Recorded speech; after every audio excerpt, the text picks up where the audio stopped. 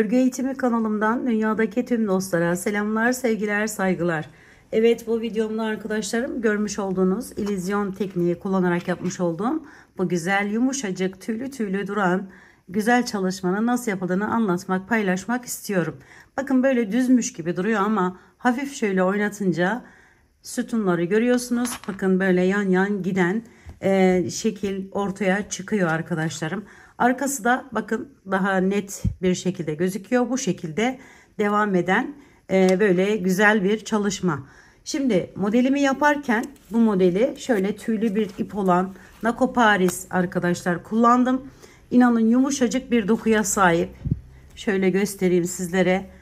Böyle tüyünden biraz anlaşılması zor olur belki diye. Bunu yaparken arkadaşlarım elinize göre ayarlamanız gerekiyor ama 4 milim şişler kullandım bu modeli yaparken. Şimdi ben sizlere şöyle kalın kalın olsun, daha net anlaşılsın diye 5 milim şişler kullanacağım. Alize Superlana Maxi isimli bu kalın ipleri kullanarak anlatmaya çalışacağım arkadaşlarım.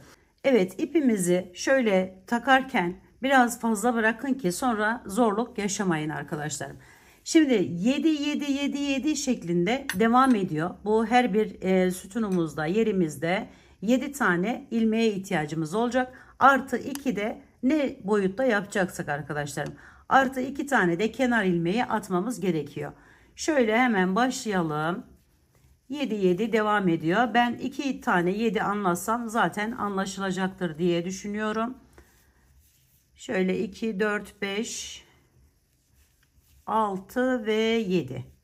Birinci yerimizi yaptık. 1 2 3 4 5 6 ve 7. 2 tane de fazladan ilmek atıyorum. Evet, şimdi ilk sırada şöyle arka kısmı oluyor burası. Çevirdim ve aynı rengim ile devam ediyorum. Bütün ilmeklerimi şöyle arkadan alarak öne geçiyorum arkadaşlar. İpimiz arkada, düzden örüyoruz. Zaten düz örgüden ve ters örgüden oluşuyor. Haroşelerin yerlerini değiştirerek böyle bir değişik görünüm elde ediyoruz arkadaşlar. Bakın uzaktan da belli oluyor. Şöyle çizgiler. Normalde karşıdan baktığınız zaman böyle düzmüş gibi duruyor. Çok hoşuma gitti. Çok güzel bir çalışma arkadaşlarım bence. Umarım sizler de öyle düşünüyorsunuzdur. Öyle düşünüyorsanız beğenme tuşuna, abone olma tuşuna basmayı unutmayın. Ayrıca yorumlarınızı da bekliyorum arkadaşlarım. Şimdi buradan giriş yapıyorum. Diğer ipimi aldım. Şöyle çıkartıyorum içerisinden. Ve bu ön sıra arkadaşlarım hiçbir değişiklik yapmadan ipimiz arkadan bu şekilde alarak yani düz örgü yaparak arkaya geçiyoruz. Bütün modeli oluşturduğumuz kısım daha önceki videolarımda da söylemiştim ama arkada yapıyoruz arkadaşlar bütün modeli. Şöyle önden alarak hepsini arkadan alarak pardon düz bir şekilde örelim.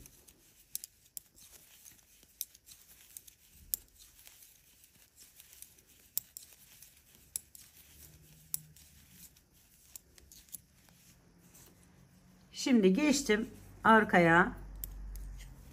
Şöyle kenar ilmeğini normal olarak ördüm. Buradan arkadaşlarım 7 tanesini düzden örüyorum. 1 2 3 4 5 6 ve 7. 7 tanesini ise tersten örüyorum.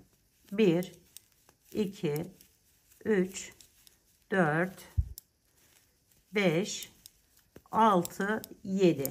7 tanesini tekrar düz, 7 tanesini tekrar ters. Bu şekilde devam edecek arkadaşlar. 1 7 düz, 1 7 ters, 1 7 düz o şekilde. Evet, öne geçiyorum. Diğer renk ipimi alıyorum. Diğer rengim ile tam ters işlem yapacağım. Önce önü hepsini düzden örerek arkaya geçelim.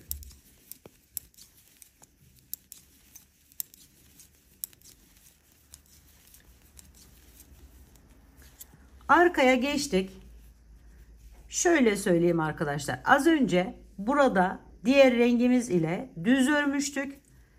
Tam tersini yapıyoruz. Burada bunları ters örüyoruz. Ön tarafta düz olacak arkadaşlarım. 7 tane ilmeği tersten başlıyorum. 1, 2, 3, 4, 5, 6, 7. Şimdi 7 taneyi bu şekilde tersten ördükten sonra diğer 7'yi düzden örüyoruz. 1, 2, 3, 4, 5, 6, 7. Aynı diğerini gibi ancak ters işlem yapıyoruz ki şu kabartılar bu görüntüyü elde etmemizi sağlıyor arkadaşlar. Şimdi diğer rengime geçiyorum yine. Yine aynı şekilde önü düz bir şekilde geçiyorum.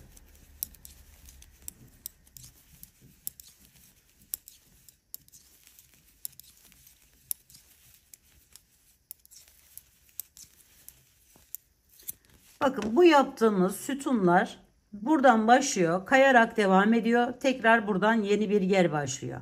Sonra bunu 7'ye tamamladığımızda tekrar başlayacak. Bu şekilde devam ettiği için bakın şöyle hemen aldım. Şimdi başlıyoruz. Burası ters olan yerimizdi. Bu ilk ilmeği düz yapıyoruz arkadaşlar.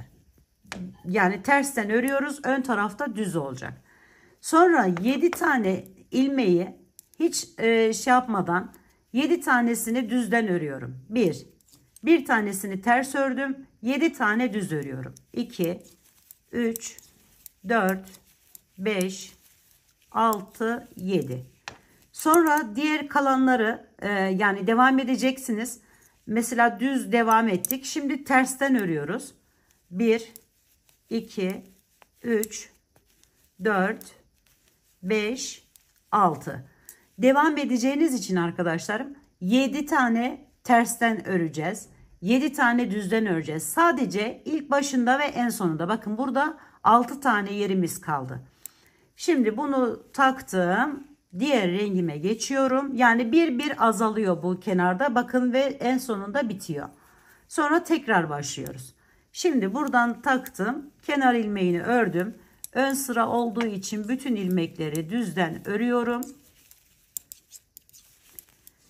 Zaten bu rengimiz ile tam tersini işlemi gerçekleştiriyoruz arkadaşlar.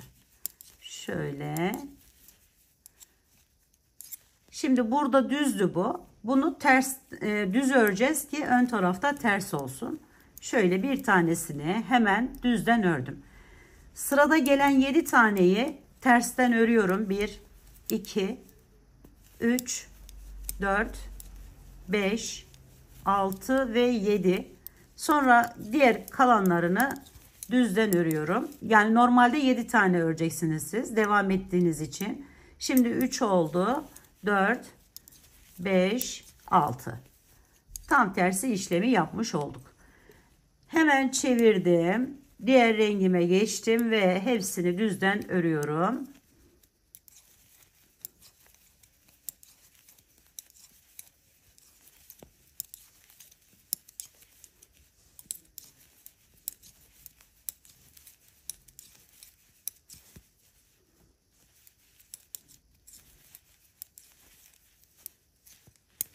Şimdi burada birdi arkadaşlar, ön tarafta ters olan ilmeğimiz.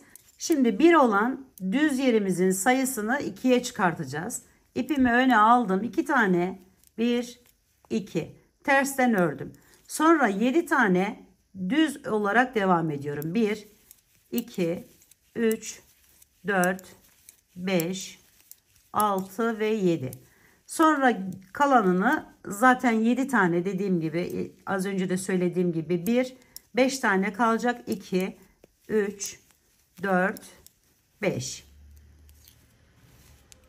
Şimdi bakın şöyle yavaş yavaş bu sütunlar oluşmaya başladı arkadaşlar. Aynı şekilde diğer rengimizi devam ettirelim. Tam tersi işlem uygulayarak devam ediyoruz zaten onu.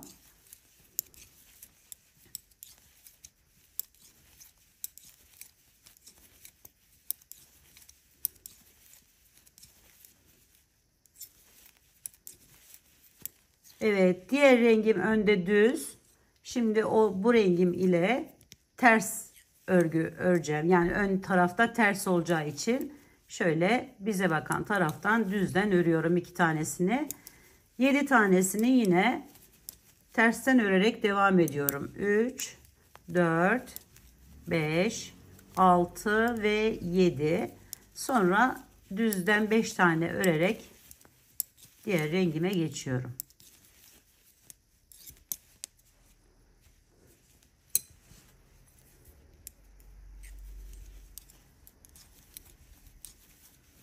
Her sırada bir tane artış yaparak, yani kaydırarak en son bu rengimizi buraya tamamlayacağız. Şimdi şöyle devam edelim.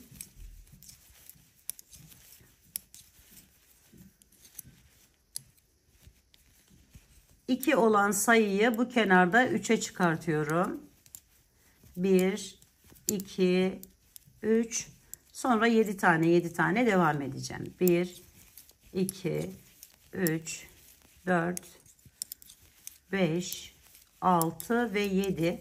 Sonra kalanlarını tersten, normalde 7 tane devam edeceksiniz. Ama burası benim son yerim olduğu için 4'e düştü bakın sayı.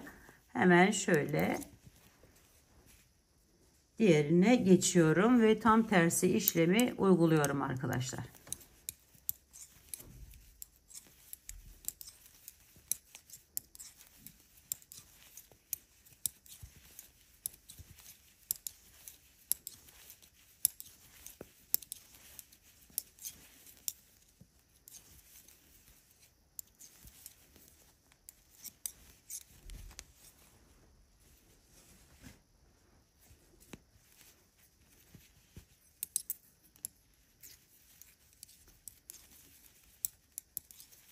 Üç tanesini düzden ördüm. 7 tanesini tersten örüyorum.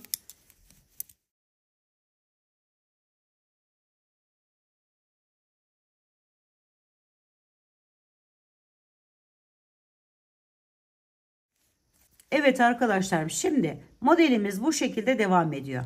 1 ile başladık. 2, 3, 4, 5, 6, 7. 7'ye tamamladık. 7'ye tamamladıktan sonra şuradan göstereyim ben size şöyle. Bakın. Birden başladık. Şu sırada şöyle birden ters olarak başladık. Devam ettik. Devam ettik. 2'ye çıktı bakın. 2. Bu sırada 3, 4, 5, 6 ve 7. 7. sıraya geldiğimizde, yani 7 tane ilmeği bu tarafta tamamladığımızda burada ters, bakın burada düz arkadaşlar. Burada düz. Orayı terse çevireceğiz. Sonra bu tersler burada bitiyor. Bakın şöyle göstereyim. Burada bitiyor. Burada düze başlıyoruz. Bir tane. Sonra 2 tane. 3. Bakın 3. 4. Şöyle 5. 6. Bu da 7'ye tamamlandıktan sonra böyle devam ediyor ve bir kayma görüntüsü ortaya çıkıyor.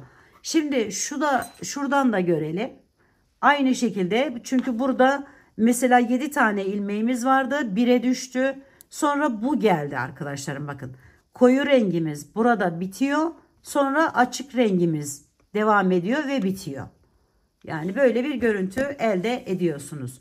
Evet arkadaşlarım, gördüğünüz gibi çok zor değil. İnanın gayet kolay. Görüntü de bir o kadar farklı ve değişik. Bu tüylü bir ip olmasına rağmen bakın nasıl güzel gözüküyor. Böyle gayet yaptığımız işlemler belli oluyor arkadaşlarım. Koyulu, açıklı, dilediğiniz her türlü rengi de kullanabilirsiniz. Bakın buradan şöyle göstereyim, daha net görünüyor arkadaşlar, gördüğünüz gibi. Burası biterken buradan yeni bir yer açılıyor. Sadece kenarlarda bu işlemler yapılıyor. Her başladığınız bir sonraki sırada mesela bu koyu rengimiz bitecek arkadaşlar. Ve böyle bir güzellik ortaya çıkacak. Evet, umarım sevmiş ve beğenmişsinizdir arkadaşlarım. Yapacak olanlara şimdiden kolaylıklar diliyorum. Örgü eğitimi kanalıma abone olmayı, beğenmeyi, yorum yapmayı, paylaşımda bulunmayı unutmazsanız çok mutlu olurum arkadaşlar. Bir dahaki en farklı örgü teknik ve modellerinde görüşmek üzere. Hoşça kalın, sağlıkla kalın, Allah'a emanet olun.